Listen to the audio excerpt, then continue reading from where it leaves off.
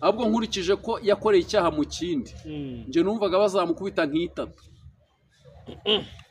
cyangwa 5 ku muri wowe wumvaga imyaka yakabaye kiriya gifungo cyane ibishaka cy'umwaka n'amezi 6 acyakire nk'akadeseri rwose yihangane ntanababare ahubwo avuga proud y'ibintu uri guharura ibintu igihugu hagiye kuba inkambi hagiye kugira gute urumva uri guhanura inzara mu gihugu uri guhanura ibintu bikomeye weho ntago uri kumva ko ibyo bikorwa uri gukora atari iby'abagabo buri igihugu nimba uri umunyagihugu ukaba utabasha kurinda ubusugire bw'igihugu ntago uri umunyagihugu ahubwo uba ufite ibindi bintu utekereza uba ufite ibindi bintu ugambirira mu gihe uri umunyagihugu uba ugomba kurinda ubusugire bw'igihugu ahari ubimageragera ari burebe iki kiganiro ko ntiyabura kuza gushyira ku kuri nyako cyangwa ku ikaze kuki ku kuri nyako cyangwa ku ikaze kaziri yahuhana ari bushireho nyine avuga utu hari ibintu Claude yarekuye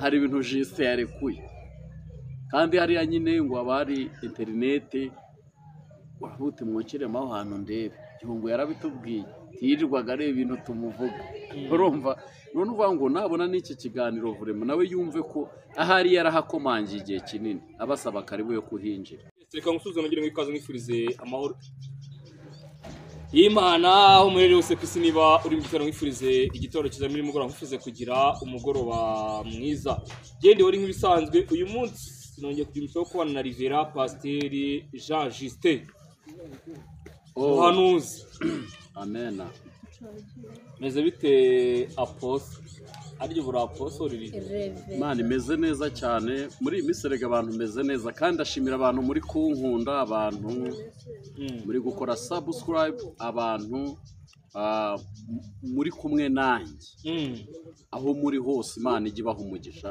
kandi Uwiteka ajye abahira ajye anabafasha muri byose yego umeze rero Juste meze neza ashima Imana reka ntangirane ikiganiro cyanjye n'aka kantu nibaza ati hanuzi bumaze ngo mama nimba ari imyaka ingahe noneho gusa numvisha ari ubwa kera ikiganiro ahangaha rero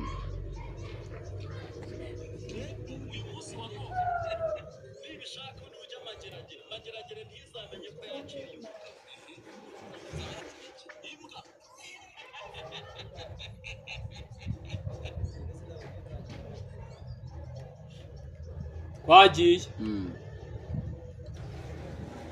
wenda umuntu naravuze ngo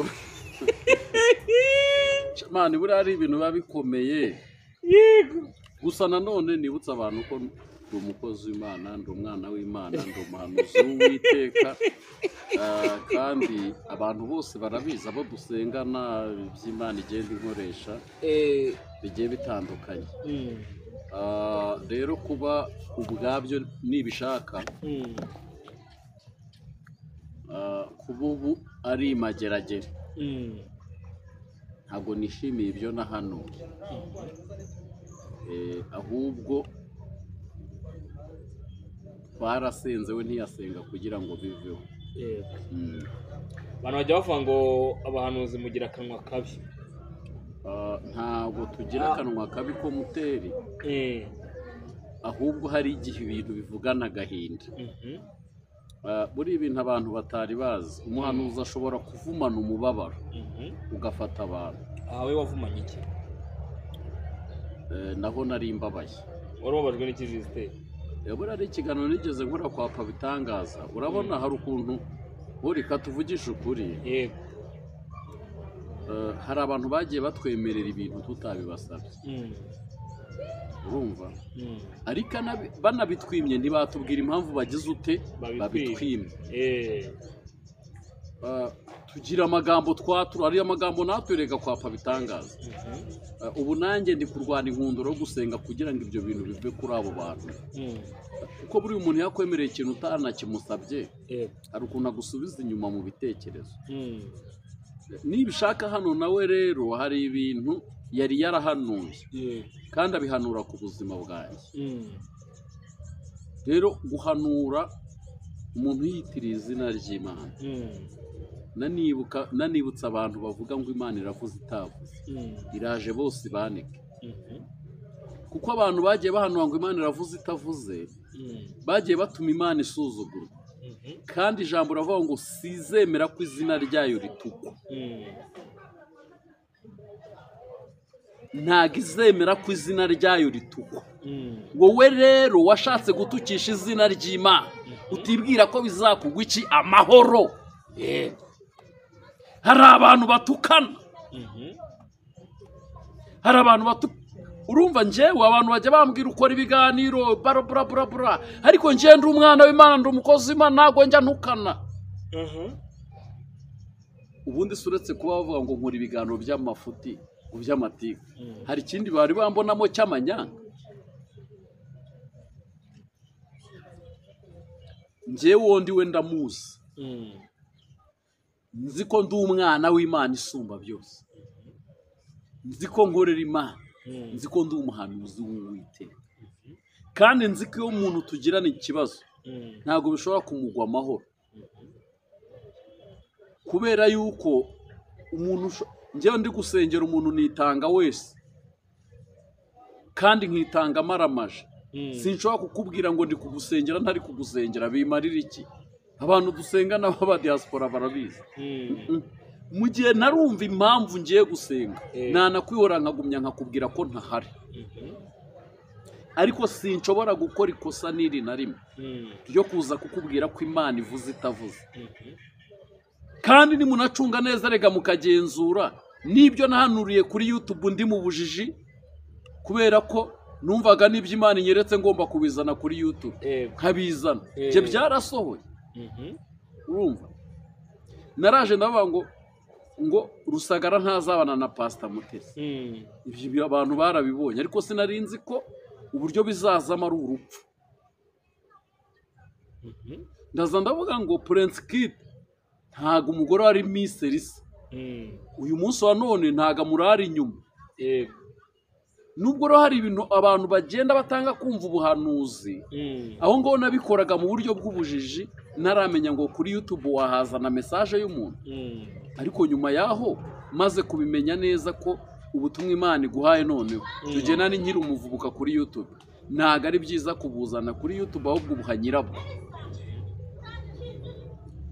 ariko kandi nimba mbuga nkoranyambaga ziriho hari na message Imana ishobora kuguka yizana kuri YouTube kuko ariyo yabihagutuma ariko nka message y'igihugu yishyira ba nyiri igihugu message y'itorero uyishyira ba nyiri dini message y'umuntu yishyira umuntu rero ubu buhanuzi bwa nibishaka Theogene nibasubira no mu bindi biganiro by'ibyo nagiye nkora nawe ntekereza ko hari aho nabwo byageze akabona ko biri ngombwa ko azahura n'akaga noneho bivuye mu mvugo y'Imana hari ibintu ere gukora ukaba ureba ko nawe uri kwiyahura kandi mwoba uri kwiyahurira mucukuye imbere yawe aho hafi aho ngaho rero ntago nishimiye ngiye ko nibishaka Theogene yakatiwe nta nubwo cyo koza ahubwo nishimiye ko yahawe igihano gito nabyo yakagombye ahari gupfukama agashima Imana hanyuma akiga neza akiga neza umvaga yahabwa igihano kingana ntago nje numvaga ahubwo nkurikije ko yakoreye icyaha mu kindi nje numvaga bazamukubita nk'itatu cyangwa 5 ku muri we wumvaga imyaka yakabaye kiriya gifungo cyane ibishaka cy'umwaka n'amezi 6 acyakire nk'akadeseri rwose yihangane ntanababare ahubwo avuge ngo muri uyu mwaka n'amezi 6 niki Imana iri kunshakamo mageragere nimba atari yarabatijwe yongera abatizwe nimba atari yakijwe yongera akizwe ndetse kandi yongere nyine akora ibintu bihesha Imana icyubahiro kuko rega buriya gereza ni ishuri ni ishuri ntago gereza ari ikindi kintu gereza ni ishuri hanyuma nibarize kano kantu abantu benshi ubu baraza bakageraho kuko nibona gatangiza ikiganiro ubu buhanuzi buhanura bwari bukuvuye ku mutima cyangwa ntago ubuhanuzi buva ku mutima ntago ubuhanuzi buva ku mutima rega nje mfite impano ntashaka kuzagaragariza kuri YouTube nyinshi kuko sicyo cyanzanye nanone icyanzanye nico ndimo kandi sinjya nifuza ko ibintu by'Imana mbivanga n'ibintu by'akazi. Ndi umukozi w'Imana, ndi umuhanuzi, nderekwa nkanahanura, nkanarondora. Ibyo ubwabyo birahagije. Rero hari uburyo Imana ishobora gukorera mu mpano imwe mu zo yaguhaye, bikaba ngombwa yuko ubwira ubwoko bwayo. Nta nubwo njya ninginga njye abantu dusengana, iyo nkubwiye nkumva utumva ndakwihorera, kuko erega na Yesu yaraje ariko ntiyabarangiza. Agiye gutoranya yatoranyije 12 arabana. Rero abo tumaje kubwiriza n'abo tukibwiriza, ufite umwuka ajye yumva iby'umwuka abwira amatorero. Meze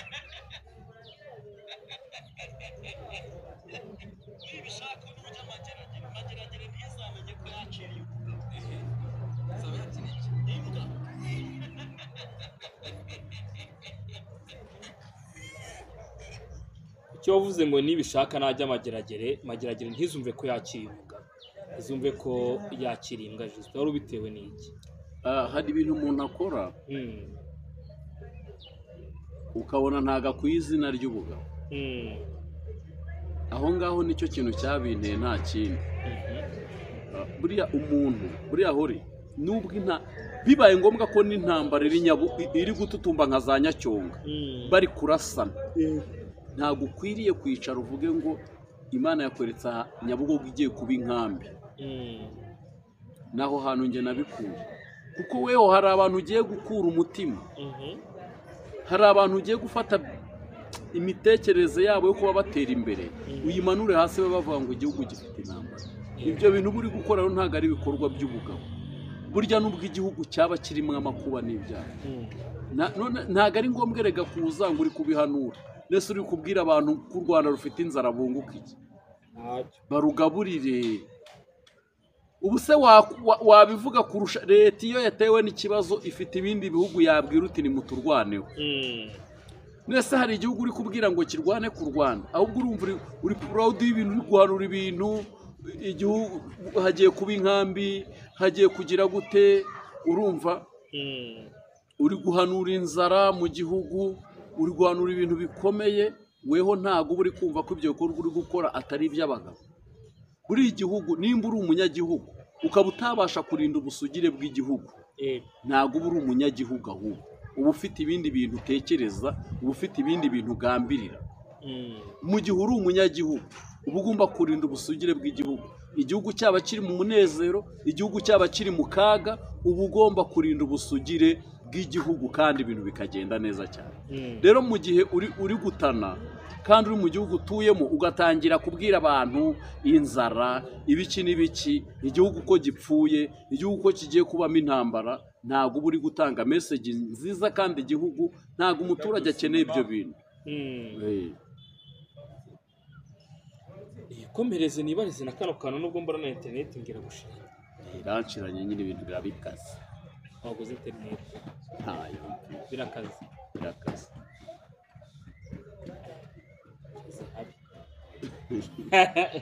Rega nibyo nakubwiraga hori, kuba twebwe twahura, kuba twaba dufite inzara, kubizana mu buryo bw'ubuhanuzi, kuba wakubise icyumvirizo ukumva ko hari insengero zigiye gufungwa, ukabizana mu buryo bwa bugihanuzi,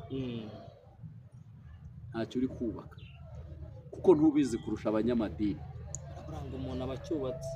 Reka ntubizi, wowe ntabwo ibyo ubizi ugiye kuvuga ko insengero zafungwa kurusha abanyamadini. Bo baba babizi imbere. Ese bo basenga Imana y'igihuriho. Ni ukuvuga ngo mu gihe umuntu wese wubaha Imana, asenga Imana, aba afite icyo bita amakuru. Rero nibishaka impamvu navuze ngo mageragere ntizaba yakiriye umugabo, icyo gihe wenda nahise mvuga ngo imbwa yari umujinya n'ibindi, ariko ntabwo nari nagambiriye gutukana. Ni kwa kundi uba uri mu kiganiro kandi wanisanzuye, ugashiduka ijambo rigucitse muri ubwo buryo nyine. Ariko by'ukuri nibishaka rikabera isomo juste, rikabera isomo n'abandi bantu, rikabera isomo n'abandi bahanuzi birirwa bahanura, rikabera isomo abahanuzi kazi, abera isomo abafumba, abera isomo. Ahubwo tuvuge ngo twatanga message gute Imana iduhaye. Ese ibi bintu bya YouTube ko biri gutuma abantu bahanura. Ari umujyama nabonye ejo bundi ahanurira mu mufuka, yinjira mu mufuka. Buriya uwo mufuka bakubaje ibyo wahanuriyemo wakwicuza n'impamvu wowe ugiyemo.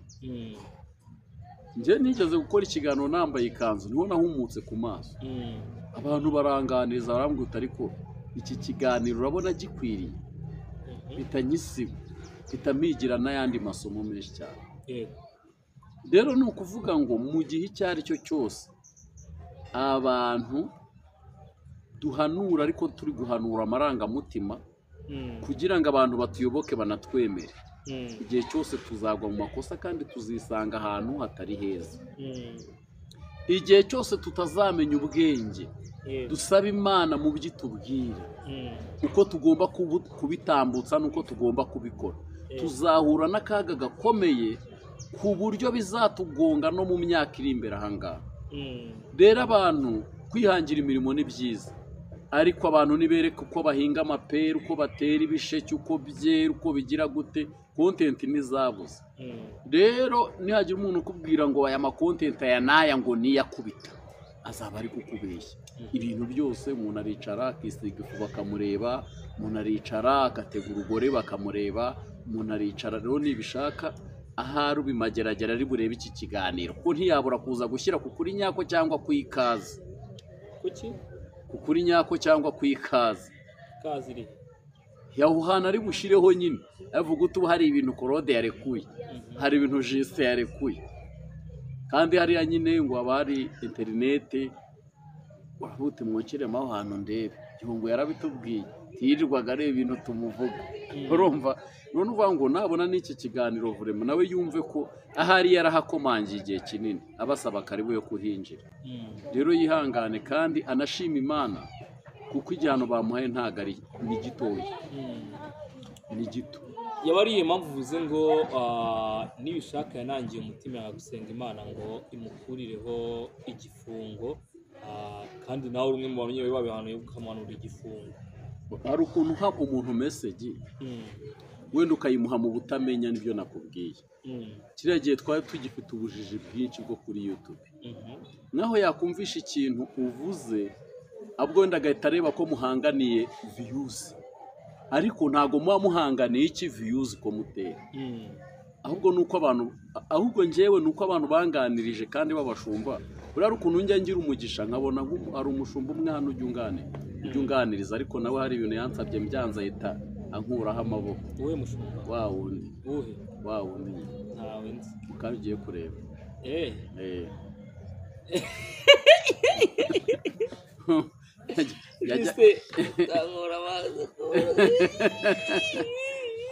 yajyaga nganiriza biza kurangira naho ndetse ko buriya njyewe umuntu wese unganirije ndabanza nkamwumva, ariko nanone ntago ndi umugabo ufatirwa ibyemezo. Ndi umugabo ufatira icyemezo bitewe n'ibyo mbona, kandi mu gihe nshobora kukwikiriza ikintu kimbwiye ako kanya sinkikore, ariko nkagumya nkagitekereza. Urumva nkagumya nkagitekereza. Nka wa muntu wamaye ka kazi 100 mbigumisha kuri momo, mbigumishamo nabanza nkora iminsi 2 rega buriya ekorese yaje narabugutakira amafaranga ndabona ibintu ntanabishobora. Rero naremeye mbura internet nyafite mbura iki, ariko mbona ibyo bintu ntago nabishobora. Kubera iki buriya iyo wamenyereye kwikorera ukajya gukorera abandi, hari ibintu udashobora, ushobora kwica akazi. Ushobora kwica akazi, byasaba ko weho uparika akazi kawe kugira ngo utunganye ka babandi. Rero kandi ukabona nawe ntiwaparika akazi kawe kuko ibyo ari kukugomba nawe ujye ubikura iwawe. Rero ukabona ushobora gutandaraza ugasaduka. Nabonye abantu benshi bakoresha ifoto ya Pastor Mutesi ku ifungwa rya nibishaka. Hari n'umuntu bimbwiye mu kanya ngiye kurira moto, arambwira uti se koko nibishaka afungishijwe na Pastor Mutesi. Mu birego RIB yatanze cyangwa se n'ibyasomewe imbere y'umucamanza, ubushinjacyaha ibirego byatanze ntago harimo izina Pastor Mutesi. Urumva ntago iryo zina ririmo, nta n'umuntu nibishaka wigeze umurega, ahubwo ubugenzacyaha bwo bwangejeje ibyaha ubona ko ari gukora iki ibyaha, burangije buramurega nyine bushyikiriza dosiye ubushinjacyaha, ubushinjacyaha nabwo bushyikiriza ni pariki ubwo ni pariki. rero uri kumva icyumvikana byo Mutesi bamukuremo hano, ariko rero Mutesi yanavuye kuri YouTube, sinzi impamvu abantu batabibona. Yavuyeho yavuyeho iyo urebye neza ubona yaravuyeho, yavuyeho seriye ngo Mutesi yavuye kuri YouTube.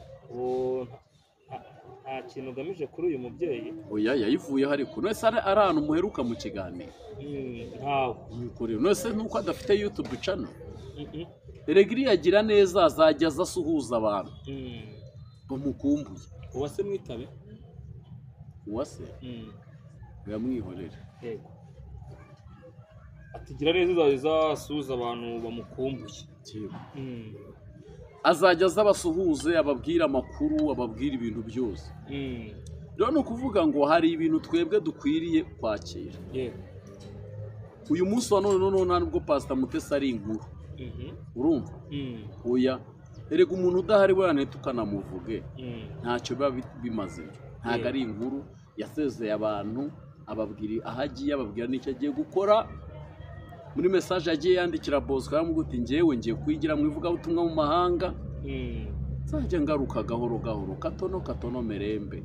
uko bireba mu mboni z'amaso yawe urabona uyu mubyeyi YouTube neza mambo yayivuyeho, nanayigarukaho azazana izindi content, azaza ari undi muntu. ubu ntiyawe impamvu azagaruka ari uko yabonye abantu bakoze biriya bintu. hoya ntabwo ari byo, kuko yigeze gutaka ko nibishaka hano uyu buhanuzi akaba yanakora igishoboka cyose ngo busohore. bishobora kuba abantu ahubwo babihuza muri ubwo buryo, ariko ntabwo ari igisobanuro cy'uko Mutesi ari inyuma ya biriya bintu. rero ubugenzacyaha bwarebye mu nyungu y'abaturage, kavuga uyu muntu twaguye rimwe ntiyumve, akaregwa ntiyumve, gatatu reka tumunyuzeho akanyafu. kariya ni akanyafu, reka ni akanyafu. uvuze ngo ahantu Mutesi ari nawe arateka, ntabwo ikibazo ari gutekana n'undi. Mutesi yari yaratekanye, nta kibazo afite kuri nibishaka.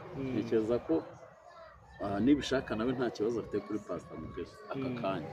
rega nta n'umuntu yakagombye kukigeraho nibishaka, kuko yari akabije. yari akabije kujya gute Justin? ubuhanuzi bw'ibinyoma kuri mehita kamweneza. oya, ujye mureka tuvugisha ukuri. ariko yarakabije ubuhanuzi bw'ibinyoma, anakabije. buriya mutipe yari akabije mani. none se urumva aje kunsura, aje kunsengera ngo nkire, ngo Imana izimwerekeramo ibya Mutesi, ngo nta kintu wumvamo. Niki nibishaka yahanuye ukumva n'ikinyuze mu mucyo n'ikikunyuze, cyase n'ubuhanuzi nibishaka igeze guhanura ukavuga ati ubuhanuzi uko bimeze kose n'ubupapira. ntabwo yahanuye bwanyuze.